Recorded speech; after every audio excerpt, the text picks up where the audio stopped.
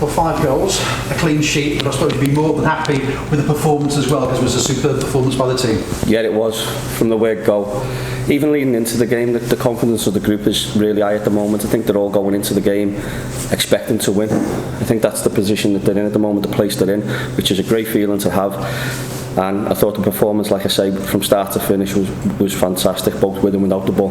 I mean, the first goal epitomised that, really. You know, you're pressing the ball, you win it, you get the ball forward, Corey's pace causes problems, and then eventually the cross comes in.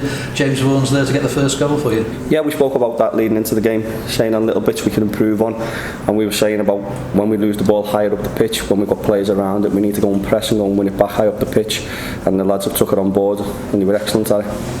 Liam Finney back in the side today, and then he produced the assist for the second goal against Clark. He wanted to get the end of one, isn't it? It's unlike Fiends to get an assist, isn't it? I thought player for player, I thought everyone was outstanding. It's hard to pick any individual out today, to be honest with you. I thought the 11 plus the 4 lads who come on were outstanding. That first half performance, I mean, everything you'd want, I would think, as a coach, isn't it, really, sort of thing? You know, moving the ball quickly, using the pace, running the channels, everything you'd want to really unsettle the opposition. Yeah. You've got to bear in mind as well that the players have only played this system for just over 3 weeks now, so they've adapted to it and learned it very quickly, and they keep taking the information on board. We've worked on it on the training pitch this week. We've worked on our set plays because we were aware that the organisation from them last week wasn't good enough, so we've fixed that. And like I say, in open play, I thought we were a joy to watch. I said that to the players today. I thought you were a joy to watch, exciting with the ball on the counter attack, everything. Every time we attack, we looked like we were going to score. Goals coming from different situations as well. You know, early in the season, James Vaughan was sort of leading the line and getting the goals, but now, I mean, Otis has chipped in with another one today. Yeah, I keep saying it. If you look through our team, every time I have a team, I think to myself, who's capable of scoring goals? So if you go through our team, starting 11, and even the lads who are coming on, there's a lot of players who are capable of scoring goals, and they're getting in positions to go and do so now, which is great. Scott Davis again, another clean sheet, you know, the captain there at the back, and sort of pushing everybody forward and organising. Didn't have a lot to do today, but it's very important how well organised that back four is too. Yeah, it is. I think him, Clarkey, Manny and Jay are vital in that. They are the structured positions, so to say, behind the ball and the organisation. They've organised the lads outstandingly well today, but credit to the whole team. I thought we defended from the front right the way down the pitch. Second half, I suppose you'd expect them to come out and sort of be a bit tighter perhaps. The manager will have been in the ears at half time in terms of that, but you managed the game in the second half, perhaps not as many chances, but you were always in control of the game. Yeah, it's always difficult when you're involved in football for so long, when you take early leads like that, especially the big lead that we took.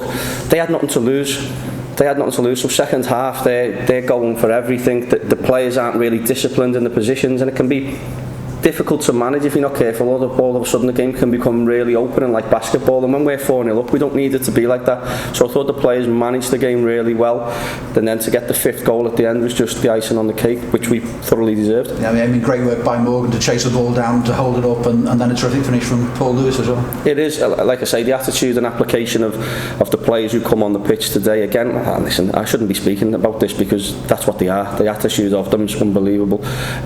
Spoke to a couple of players this week who weren't in the starting 11, and they just said they're just so desperate to play in this team because it's just such an exciting team to go and play in, and that's great that they've got themselves into that position. But last week in my interview I said the same. The competition for places is big and it's healthy. They're all driving each other on, they're all supporting of each other, and like I say, when players are coming off the pitch and players are coming on, the level goes up again. It's been fantastic. First weekend we've gone to 5 substitutes. Grimsby used 5, used 4.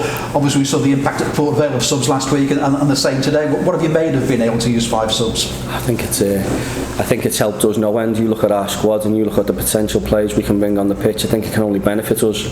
I don't think there's many teams in this league who can turn around and look at the 7 lads on the bench and think, wow, what an impact they can make. So I think it can only help this group. Yeah.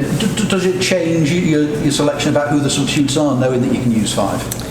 I don't think so, no. I think you always cover each position. You always make sure you've got cover for each position, but obviously you've got ideas in your head before the game how the game can play out and who could potentially come on, and then you're just monitoring the game 5 minutes at a time, thinking who can come on and affect it. And like I say, I think the timing of the subs again was good today.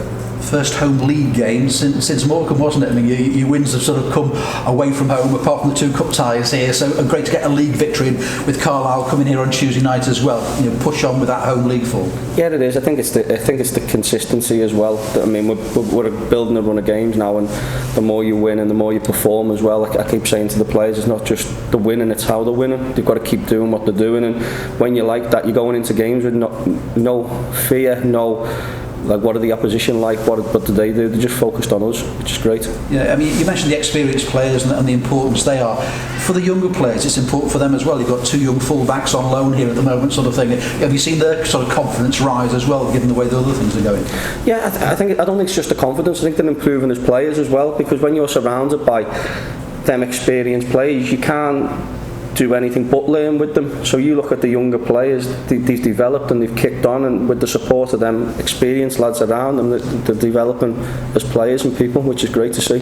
Had a clear week this week to build up for this one. Now you're into 2 games, one on Tuesday, one on Friday as well. Does that present its own sort of problems for you? Not really. I think the players are used to now playing Saturday, Tuesdays. I think if you speak to a lot of the players, they actually prefer playing than they do training. So we get into the rhythm, and when you win, and you just can't wait for your next game. So we're looking forward to Tuesday. And look at the league table now, and I think just a couple of points off the players. Now it just shows how 2 or 3 victories in League 2 can just sort of push you closer to where you want to be. Yeah, it's been the same like that for League 1 and League 2 for many years now. If you can put a run of games together and keep winning, then you move right up the table, and we've just got to keep looking up now, because that's where we want to be. And I suppose now you just can't wait for the next game, can you? No, not at all. I think players, staff, I'd imagine the fans are exactly the same. Really looking forward to Tuesday night's game, and like I say, everyone's in, I think fans in particular and people at home, there's tough times at the moment, there's nothing really to look forward to, but I bet the people at home are really looking forward to watching us play now, so it gives them a little bit of a lift at home, which is great. Terrific performance today, really well done. Thank you very much. Tranmere looked like they had plenty left in the tank in that game in the second half, and you're obviously able to make quite a few changes. Was that with an eye on Tuesday? I think that the subs were ready to be made anyway, regardless of going into Tuesday's game. You're looking at your players, your power players like your Corey and players like that, you want them to put everything they've got, Liam Feeney, into 70, 80 minutes. Obviously Feeney's missed last week, so we expected them maybe to just tire for the last 5 or 10 minutes, but I think regardless of on Tuesday's game, I think them subs would have been made anyway, and like I say, they've done great when they've come on. Corey Blackett-Taylor has obviously been subbed in a couple of games consecutively, coming back from injury, but his impact and the pace he's brought to the team is absolutely explosive, isn't it? It has. Corey's a top player.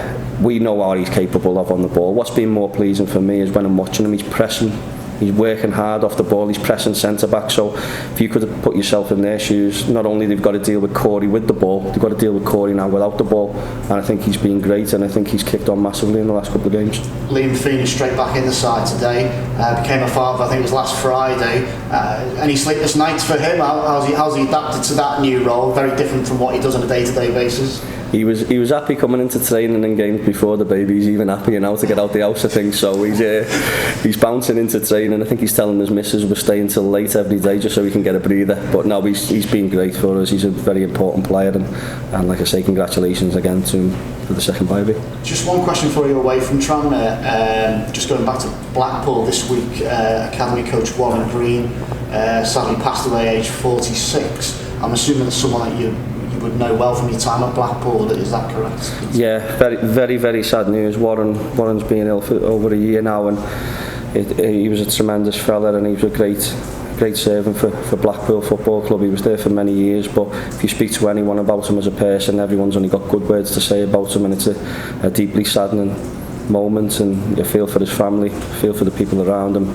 Yeah, very sad, and it puts things into perspective in a way. Football's only the second best thing and the second most important thing in life. Is you and your family. So pass our condolences on to him and his family.